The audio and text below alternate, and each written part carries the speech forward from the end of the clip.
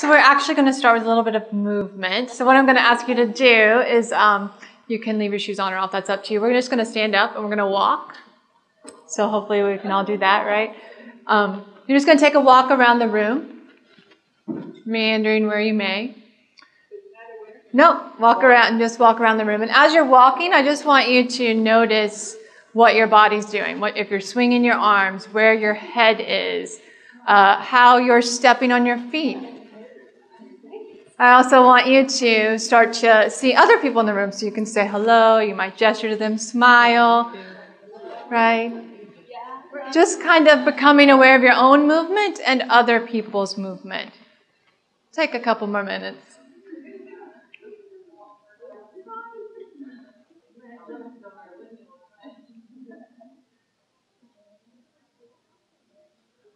Okay. When you're ready, you can return to your seat. Well, I want you to listen to my presentation because I hope that's why you're here. I also want you to keep your eyes open as we continue. So you can notice gestures that I might be making or movements that you see other people in the room doing. It'll come up later. So if you can just kind of observe any movement that's happening around you in the room, we'll see how that plays into my course.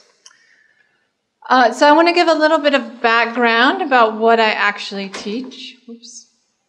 Wrong one. In a face-to-face course, I teach dance appreciation, and I've been teaching this class for about 11 years. I started teaching as an adjunct at the University of Memphis, and then I taught as a teaching assistant at SUNY Brockport. I taught at the University of Rochester, and then now teach it here. And so some things that I talk about in that class are concepts of dance, history of dance, the cultural importance of dance, how it's represented different in different cultures, analysis of dance, what they actually see, how they interpret it, what it means to the students. And we also experience dance in my classroom. As I have been teaching over the past 10 years, I noticed that at different universities, I taught this course in different ways, depending on their GEC requirements. So, for example, when I was at SUNY Brockport, their GEC requires that the students take 2 fine arts courses. One is supposed to meet a performance requirement. So we're in a studio every single day with non-majors. Anybody on the campus has to take this class, and we're supposed to move. If we're in the studio, we're going to move. And that was meeting their specific requirements. I also taught it as just a lecture only, where we did a lot of emphasis on watching dance, talking about dance. And then here at USM, I teach it as a combination of both. I'm going to get into a little bit more detail about those later. Let's just see where we are. This is just kind of a guiding principle that I use when I'm thinking about this course. Appreciation skills are developed through learning how to view dances, how to describe, interpret, and evaluate them. Of course, these skills cannot develop without knowledge and understanding of the concepts involved in creating and performing dances. Skills, knowledge, and understanding cannot be separated and developed in a linear manner. Rather, they develop simultaneously in a balanced art of dance education. So that means that I don't spend the first half of the semester talking about and the second half doing it, or that we, even break that up to talking, watching, and doing, but that the lesson plans are constantly flowing in and out of each other. One reason that I got really interested in this course was because I've been teaching it for a while, but also as I was going to national dance conferences, I realized that everybody in the dance field was talking about how they taught their majors, how we were teaching K through 12 environment, where I felt that many dance educators teach this general education population, and that we needed to give some attention to how we were teaching those people about dance. And so, again, just the 3 models that we had. Oh, well, whoops, back one. Sorry. I'm going to trip over this cord as an eloquent dancer would do. I'll just get them all up there. So my initial research was presented at a conference in New York City in 2009, and it was about 3 models of teaching dance appreciation. And those 3 models were this lecture only, which was successful, but again, it had a focus on just kind of analyzing dance, what people were seeing, how they were describing it. I had the studio only, where we were really experiencing every single day, and that had its challenges, as these were non-dancers who weren't always enthusiastic about dancing for 3 hours a week. And then I had a combination of lecture and studio. In those other two, I did, of course, have some studio experiences, or I had some lecture experiences. And it's so nice to be at a conference because you just constantly make connections. And one of the parts of my research when deciding that I was going to do lecture and studio was to understand the space that my students were in. And that if I was going to lecture, it was more beneficial for them to be in a classroom where we could use a board, we could interact in a way where they had something to write on, a table, they had a place to be ready, and then in the studio we could dance. Where before, if I was just in the studio and I tried to lecture, they would be sitting on the floor, uncomfortable positions, shifting around, trying to take notes, and it wasn't really enhancing their learning. So it was always an issue for me to understand how the space was important. Studio experiences support the lecture material. I feel like I can talk all day about dance, but until sometimes you put it in your body, the concepts don't really make sense.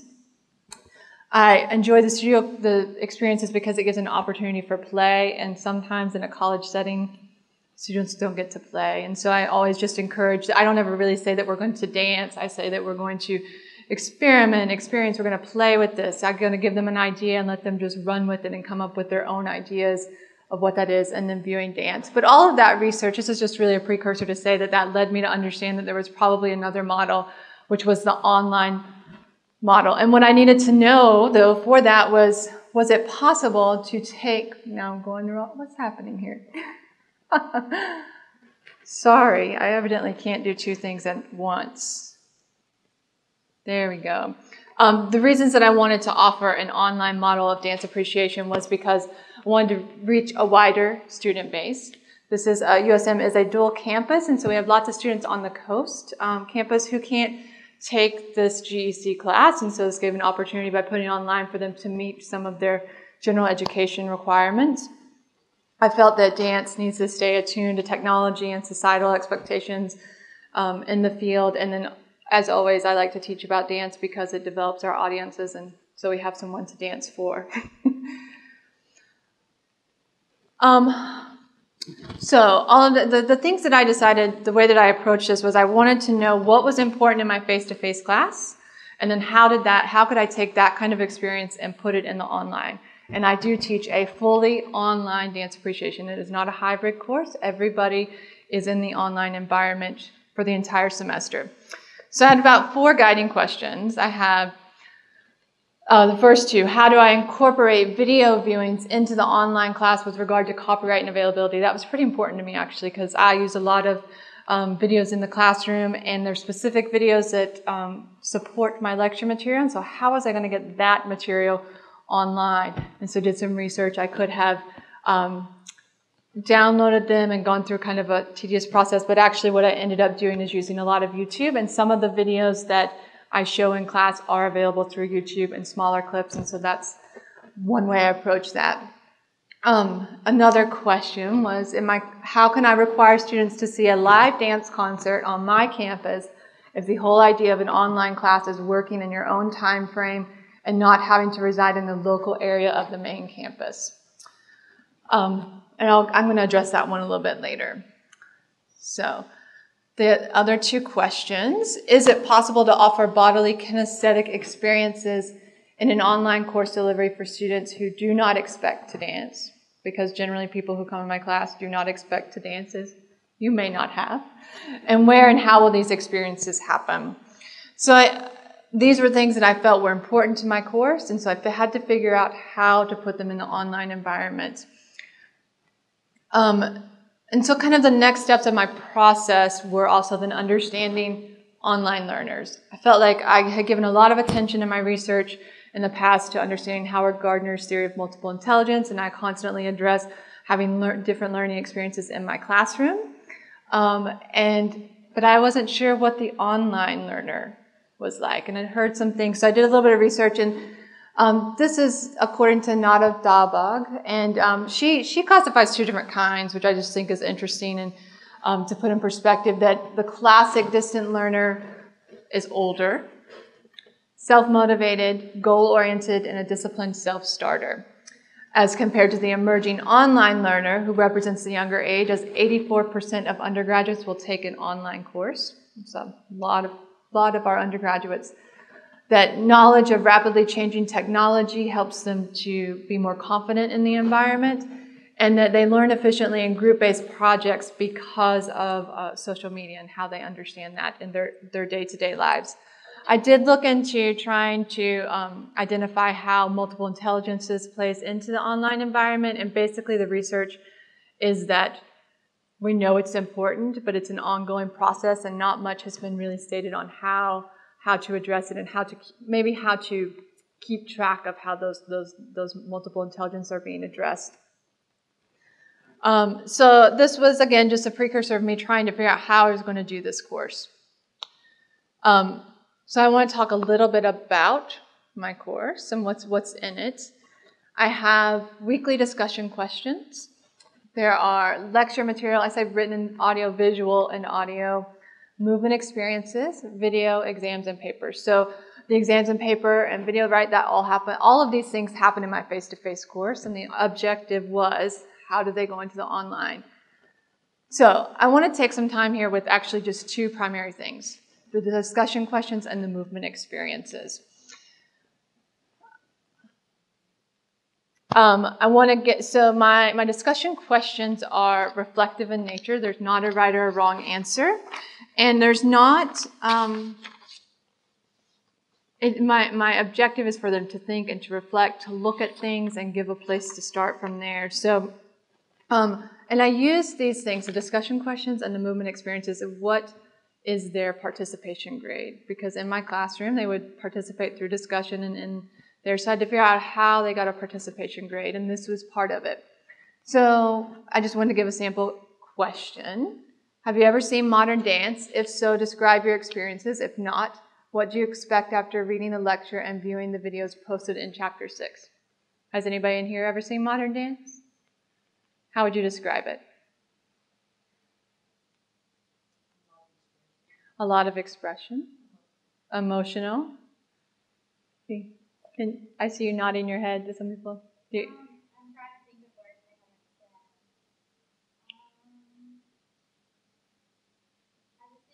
in terms of just different.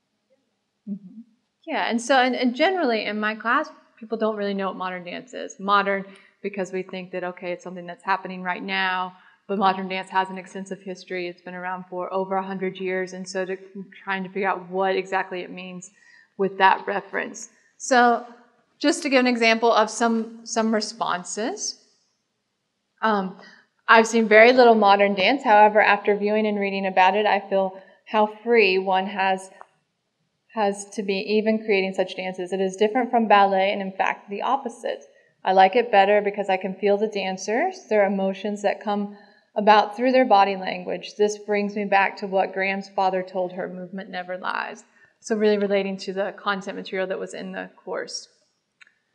I don't recall ever seeing modern dance performance, but it looks very interesting. I think that the more movement there is, the more dance will grasp my attention. Modern dance focuses more on movement than anything else. Therefore, I think it could be interesting in a modern dance piece. I could be very interested. According to the book, the choreographers of modern dance are more concerned with real-life situations and emotions. I would expect the dance performance to evoke a lot of different senses and emotions. I think I have one more. I've never seen a modern dance before and really did not know anything about this before. After reading the text and watching the videos, I expected to see the dancers independently expressing themselves, so I was surprised to see some of the videos that still seem to focus on the story rather than the movement. I really enjoyed the video of Cunningham's Beach Birds. It seemed like the dancers were moving independently, but the essence of the storyline could still be felt. So I have a question every week, and it relates to the chapter that we're on. And what surprised me and was really exciting about this is that I get to hear from every single student in the class. And I get to know them in a new way. I get to know how they're learning the material, and I can kind of use that as a way to help them out if they're not getting the material. If I put up a question and everybody's off in left field, or they're all kind of like leaving me like one-liners in there, then I say, okay, I need to figure out how to address this a little bit more in this course because I'm losing them.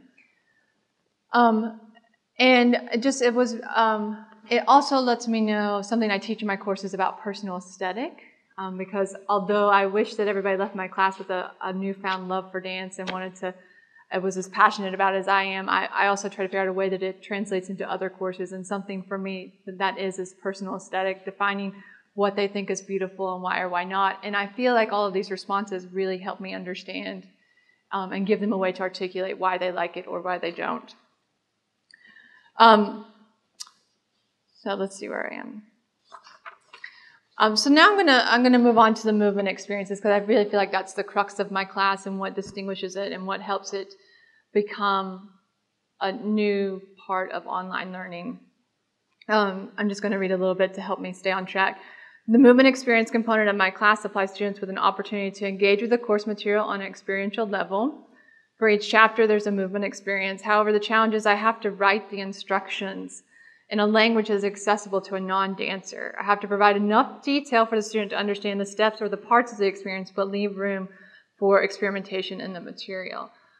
That was not what I expected to happen, but I guess I did kind of know. In the classroom, I can show them with my body. I can talk to them. If it seems like they're not getting it, then I can use more words. But I had to put enough words on the paper for them to experience it, but also leave enough room for interpretation because I wanted them to play with it. I'm continually refining the descriptions, and that's one reason that I really keep track of responses. So each semester I teach this, I have a kind of running document where I'm tracking some responses to the movement experience to make sure that it's doing what it's supposed to do, which is deepen their understanding of the material. Of course, everybody's question is, well, how do you know they're doing it? How are you assessing this? And that really became where I had to step back and think for a minute. When I'm in the classroom with them and we're doing it, what was my objective? How was I assessing that they were learning? I could see them. So my first thought was, okay, everybody will do the experience and then send me a podcast.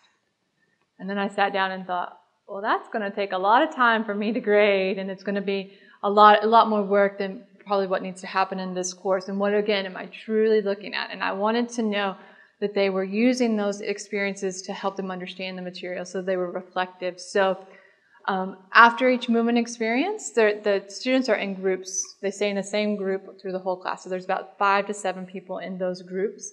And after they do the movement experience on their own time in their own space, well, in their own time within a week span, they respond to that on their group board, and they can have a discussion with each other about how they experienced that movement. And then I grade that part of it to see how they're learning. So we're going to do some movement experiences in here, but I'm just giving you a little taste of it, and they're kind of condensed for our purposes. So I'm going to put one up. I'm going to give you a moment to read it, to try to see how you understand it. If you want to find a new spot in the room because you feel like you're next to somebody and that might be inhibiting you, that's fine. If you feel like you want to stand up and do it, sit down and do it, whatever your interpretation of it is. We're going to do 2 different ones. So I'm going to put one up, give you some time to do it, and then I'll switch to the next one. And then we'll go from there. But right now, you're just imagining that you're doing it in your own space, on your own time, so not with the group, not with anybody that's here, not asking how they're doing it, but just trying to say, okay, I'm in my house by myself, reading this assignment. What's my experience? So I'm going to leave it and let you try it.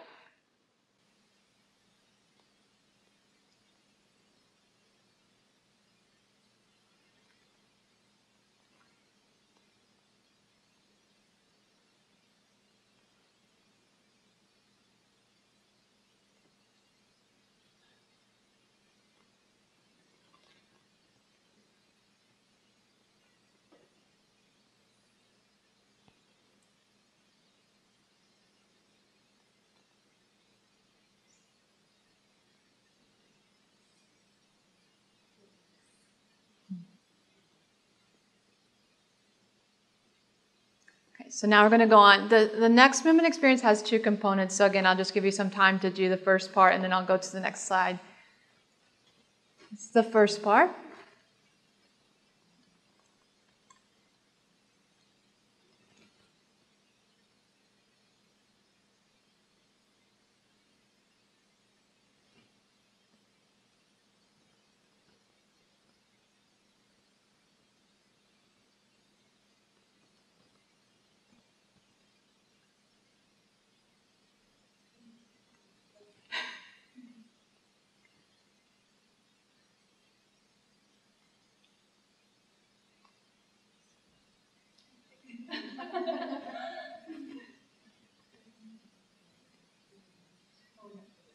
Okay, so I'm going to go on to the next one. This is, again, still part of what you would do during this chapter.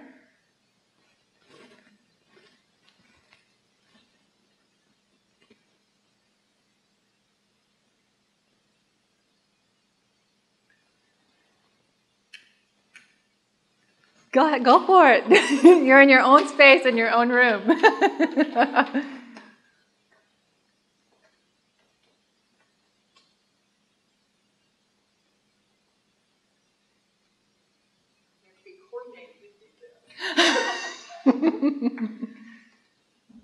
So now, just to continue our simulation, we'll pretend that you're on your discussion board, and you can all be in one group, or you can split into two groups if you'd like, and so you can discuss your experiences with each other. So now I give you the opportunity to talk about what you're sensing or feeling in those experiences.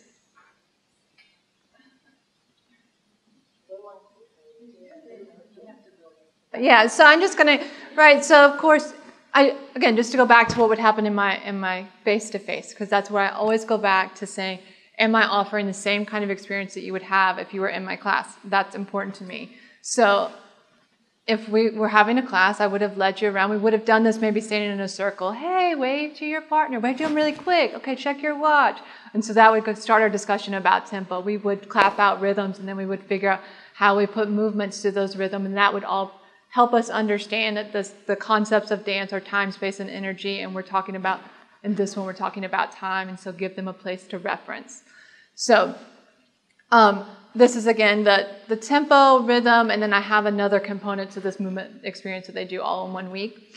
But just some sample things that they say. So I'm going back to movement 1, which was the everyday movement, the gestures that they might put together. This was a really fun exercise. I really enjoyed observing others' movement. I explained to my family and friends at home my assignment, and they also got into the exercise. After observing others and myself, I can see how our own personal movements make us a unique piece of God's artwork. I have always loved to watch people and find art in people's reactions.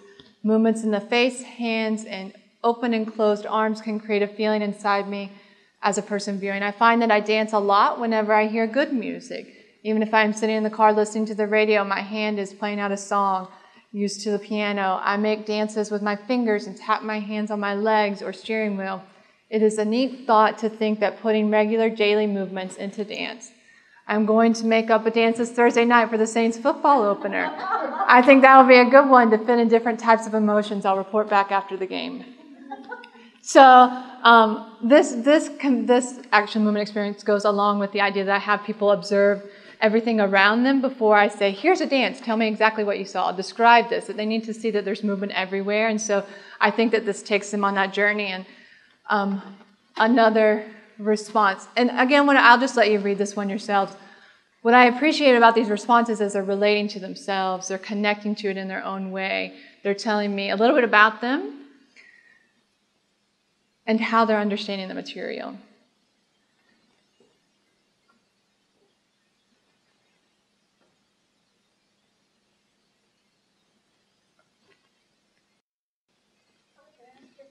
Sure. This is a very thorough response. How long did it take you to get? These are undergraduates. These are undergraduate. I think that's a good point. And there's a range. I was just going to say that, but I was trying to let people finish reading. Sometimes in this experience, they'll just write down because I told them to come up with 6 movements, and I'll have people that write a sentence and they'll put what they'll number 1, wave, number 2, this, number 3, this. And so then when I see those maybe lesser thoughtful responses happening, then I go in and start to respond on their group pages, or I try to give them an example in some way. By the end of the semester, no, not everybody's going to be writing in this way, but I just try to guide them. It depends on the class, and what happens is these movement experience responses are happening on a group page with just 5 or 6 students, but their discussion questions are happening with the whole class. So hopefully they start to make connections between all of those, and they see, oh, that person is giving a really good response, and I've responded to that and said, hey, that's a great response, I love what you said, blah, blah, blah, blah, and then they're getting that feedback from me in that way, so it's hopefully translating to this. Some responses from the second one. So as you can tell, she's responding to what somebody else said. Exactly. It's interesting to see how tempo can apply in everyday life. For example, When you meet someone for the first time, they may quickly throw their hand out for a shake or swiftly reach for a hug. In my observation of tempo, they may be saying they are pleased to meet me. However, if they should perform these actions hesitantly or quite slowly, I may perceive that they are neither friendly nor interested in me. And again, this will relate directly to how they analyze dance. If somebody's moving slowly, what is that telling you about that dance, the emotion, the impact they're having versus somebody moving really quickly? And again, just starting with what they know in movement. And just one more. I put this one up here because I felt like it might relate to some people. I tried the rhythm exercise and I was off the beat. I also have no rhythm. With that being said, I am more musically inclined to dance. This experiment made me realize that I can only move to what I am feeling when a certain song is on. And so they're really just, they're going for it, I hope. And again, not everybody's doing it, but it's just the intention is that it supports the material that's already presented in the course and that it gives them another way of learning, because I can't be there with them, but I need to give them some opportunity to learn it other than just reading or listening or watching. Right, and then they relate to what they know. I don't necessarily teach hip-hop, but they've seen hip-hop dance, and that's important to their culture, and so that needs to come up in this way. Let's see what I have next. Oh, I just wanted to talk about some expected challenges in my course and some unexpected challenges. I had to learn the online system. In this case, it was Blackboard. Keeping track of the responses to discussion boards to see if the questions ignited in-depth responses. The same thing with the movement experiences. And then I had to make exceptions for dance concerts. So that goes back to a question I had earlier about, okay, in my course here, we go see a live dance concert that's presented by USM Dance Program, and they write a paper based on that. If they live on the coast, or I have people who I had somebody in Tennessee, I had somebody in Michigan. How am I helping them see dance? And so I have a policy in the class that's in the syllabus that says, here's the dances that are happening in Hattiesburg. If you can get to these are here for you to take part of. If not, and you need to find something closer, you can submit me a proposal, which basically just means that they submit me a link, an online link, so I can check out and make sure it's a valid dance, or it's going to meet the assignment needs, really. On the coast, they're fortunate if they're taking it on the coast that there are things that come to the casinos, whether those are Cirque du Soleil type of things or musicals, but there's something that's going to have dance into it, and so I can approve that.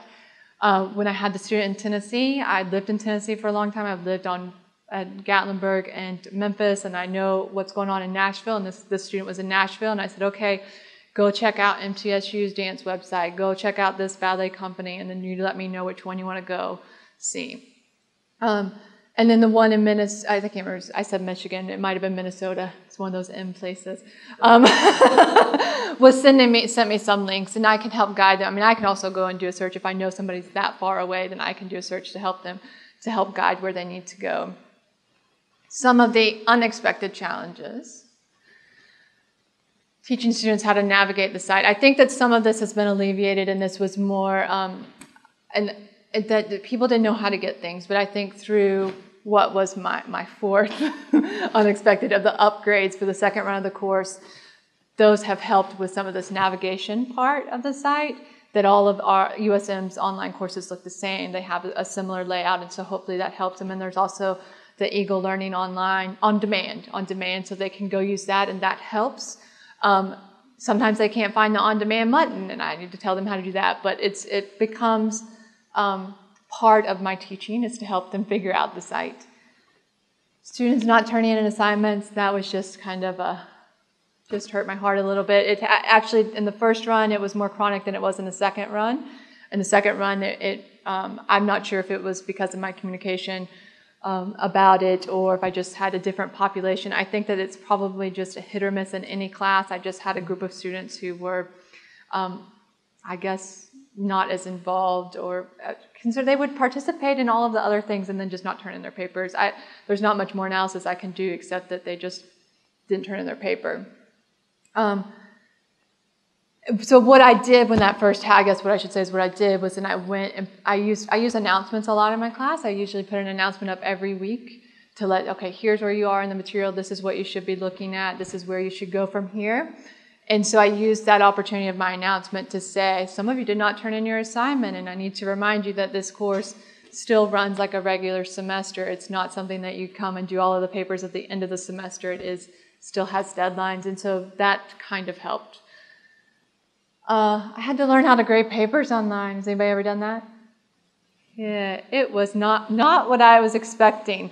I'm not sure. I think that's just because of the grader that I am, and I love to mark all over my papers and write this and give them other ways of saying things. But when I had 40 students in the class, I was just a little bit, I couldn't quite figure out how I wanted to do it. So I do have a process now where I suspect I give more feedback than some people in an online class, but I actually will copy from their paper and put it in the comments section and write. And if I see something's chronic, check your comma use, and I give some examples from their paper, or I say, check your subject verb, and I give that. But sometimes I am just copying from their paper and giving them that feedback. I could do it where I do the comments on the side, but then that means I'm saving all of those papers on my computer, and I just haven't. I felt like that was a more work than just giving the comments in the comment box. And then the upgrades for the second run of the course was a hard one for me, because I expected that I spent countless hours designing the course, the first run, and then so when those upgrades come in, I felt like I had to reload everything. Even though I was still able to pull from some of my content, it did take like a full week of like 8 to 5 being in my course, designing it before it was live.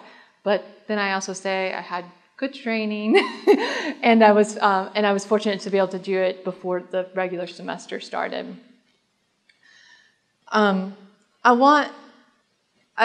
To conclude, I want to say, so my purpose here is, I suspect I'm the only dance professor at this conference, but I might be surprised. I shouldn't make that assumption. My purpose was not to have everybody teach dance, but then to hopefully ignite new ways of teaching online, and to let the software help you, and to keep going back to what is in your course in the face-to-face to figure out how that goes online. So my questions are: what is valuable in your course? What are your strategies to teach that material when it's face-to-face? And then, so how can you then take it online? What student learning outcomes are you assessing, and how? And how can these assessment strategies morph into the online environment? Again, and those last two really became important in my design. Why did I have people dance in the studio, in the face-to-face? Why did I have them dance? So that it would support the material. How was I grading them? I was not, in my syllabus it says, I'm not grading you on your technique. I'm not grading you on if you're a good dancer or a bad dancer. I'm grading you on your participation and just being playful and doing the material. And so then I couldn't then have people submit video and start grading them that way. I needed to consider what I was grading, which was the experience and participation, and that what I gained through the movement experience is a reflection. And so I feel like it's right on with what my objectives are. My final thoughts, my final advice. I said, use your resources. By that I mean the LEC has been a lifesaver, and they've really led me through all that. Susan, I have met with her and just sat and said, please teach me how to do this. I still don't know it. I call her on the phone, help me. Is my exam really up? Because I'm not sure. And that I appreciate that they're there and that they can guide me through learning the technology. Communication to the students is key. Like I said, I constantly do announcements. And I'm always conscious of how I'm saying those things, because in a classroom I would give attention to with the tone of my voice, and so as I write everything, I go back and reread it and make sure it doesn't sound snide because they're reading it, and they might take a different tone from it, because I would never take that snide tone in my classroom. So I have to, again, it's always the reference. How do I do this in face-to-face? How do I put it in online? And then I said, just be creative. When I first imagined this course, I did not imagine the movement experiences as they are. That took a lot of brainstorming and consideration and trial and error. So that's where I am with it. I want to maybe add to that, not all of the movement experiences are written, though the majority of them are. I do have one experience where they learn African dance, and they learn that through an eHow video it's like 5 clips, and I put that on there. And I specifically wait until that's probably 3/4 through the semester. I specifically wait to put in that video for them to watch to learn the dance, because I want them to engage in it through experience, through playfulness, and not feeling like there's a right or a wrong. When they have the video there for them and they see, oh, this is how the step goes, and they start judging themselves, and they feel less confident in what they're doing, and the responses might reflect that. So other than that, it's really, I think it's working. I think it's working. I'm not sure how it would work in a non-major course. I could probably teach a dance theory course online, but there are some things you can't compromise. I still need the bodies and the space to make my dances, and to be able to put my hands on them to give them corrections in that way that's the dancerly way of learning. I'll just open it up to questions or responses from anybody.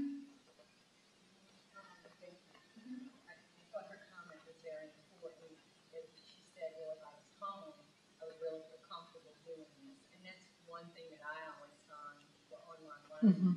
Discussions have always been, to me, a really strong strategy. Mm-hmm. Students, even if it's whether it's movement or whether they're responding, a lot of times students who wouldn't speak out in class will speak out through the text. Yes. And I thought that was a really that's an important comment, because that's one thing I've always seen with the discussions. Yeah. You learn a lot about the students, and they're able to respond in ways that they might. The responses are really honest. And then they're not sure if what they're reading in your directions is exactly what you're saying. But they're less intimidated to try it at home than they would be in front of them. Yeah. Mm-hmm. And I try to keep reiterating that through the announcements and the other way that I communicate to them. There's not a right or wrong answer. These are just guidelines to help them get a sense of what it means, what time means in dance, what space means in dance. I do a lesson where they learn ballet, and so I have to describe, like, open your toes, put your heels together, bend your knees, stand up. And I know that perhaps they're not doing it exactly as I'm doing it, but they're figuring something out on their body. And they're moving rather than hopefully just sitting there like this, right? I think,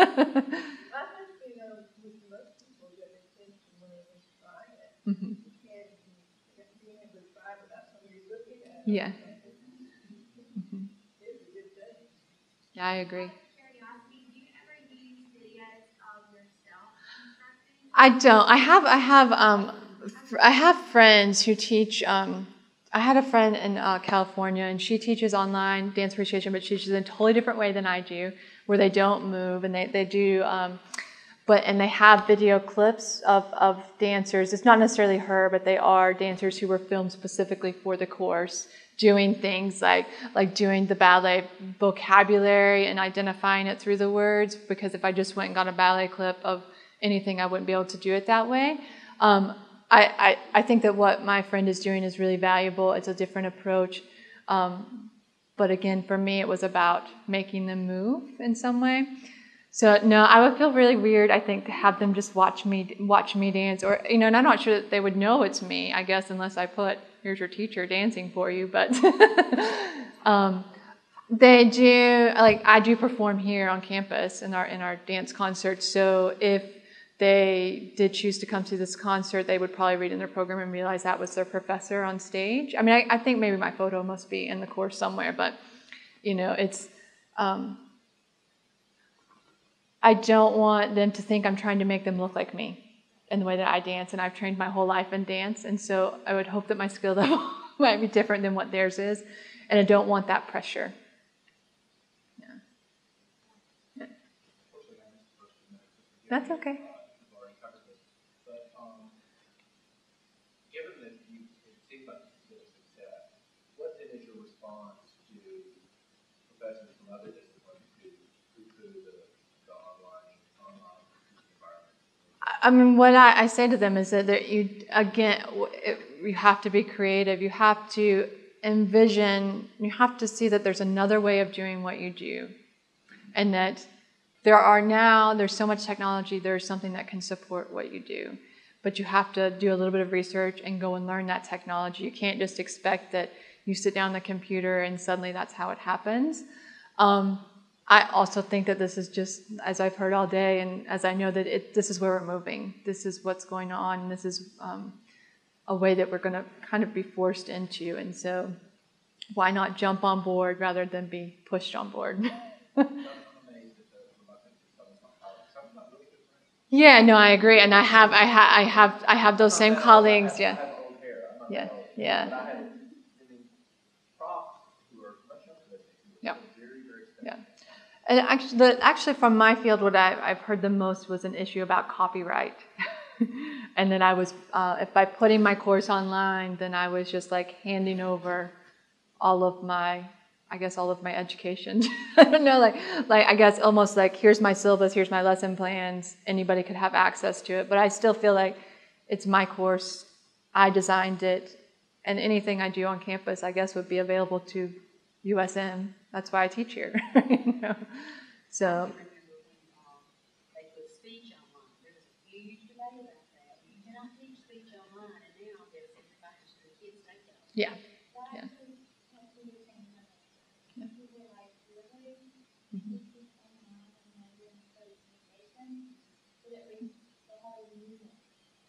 Yeah, and I have people asking, requesting, when are you teaching it online again? You know, and so I know that it's people want to take this course now, which is, I guess, a good response.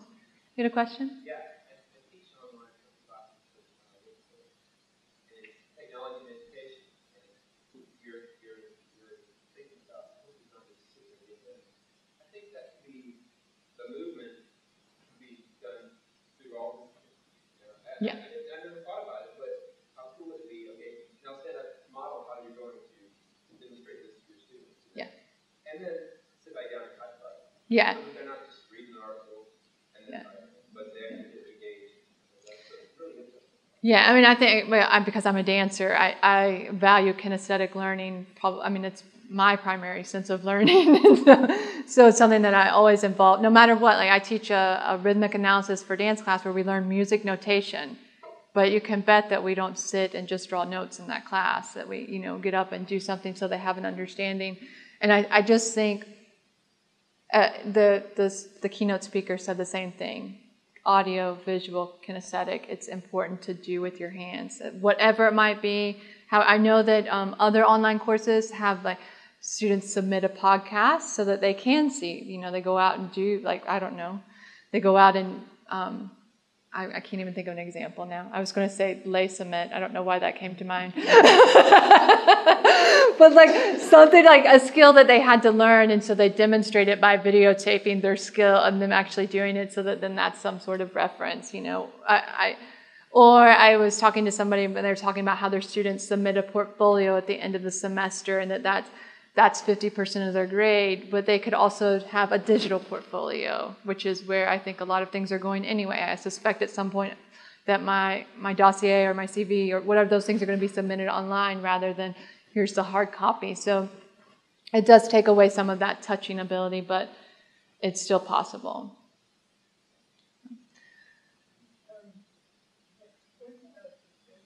Have you thought about letting them do a contest and then evaluate themselves of their own content? Again, I think that I do think it's possible. I think maybe in a different, like, I think if I did teach a dance theory course where it was dance majors and who I knew were comfortable, I would certainly give some sort of assignment where that would happen. I think with this population, they're very timid about moving. It's very likely that they're taking dance appreciation online because they know they won't have to dance, right? And so that idea of them having to show in any way will make them reluctant and make them pull away from my class rather than... Well, what I was talking about was them evaluating themselves. Yeah. I still, like, even when I do that in a face-to-face, it takes us through the semester to get to that place where they feel comfortable. So I guess they're in the same way. I just have to wait till farther in the semester where they were more comfortable. Maybe it would be in response to an activity that they repeat a couple of times on their own until they do the filming. I think it's... I don't feel like my course is complete. I never feel like that. I don't feel like, here it is, it's done. I just have to load it up and respond. I'll constantly be evaluating it. Thank you. So that's all I have. I hope I've inspired you to try some new things. Thank you.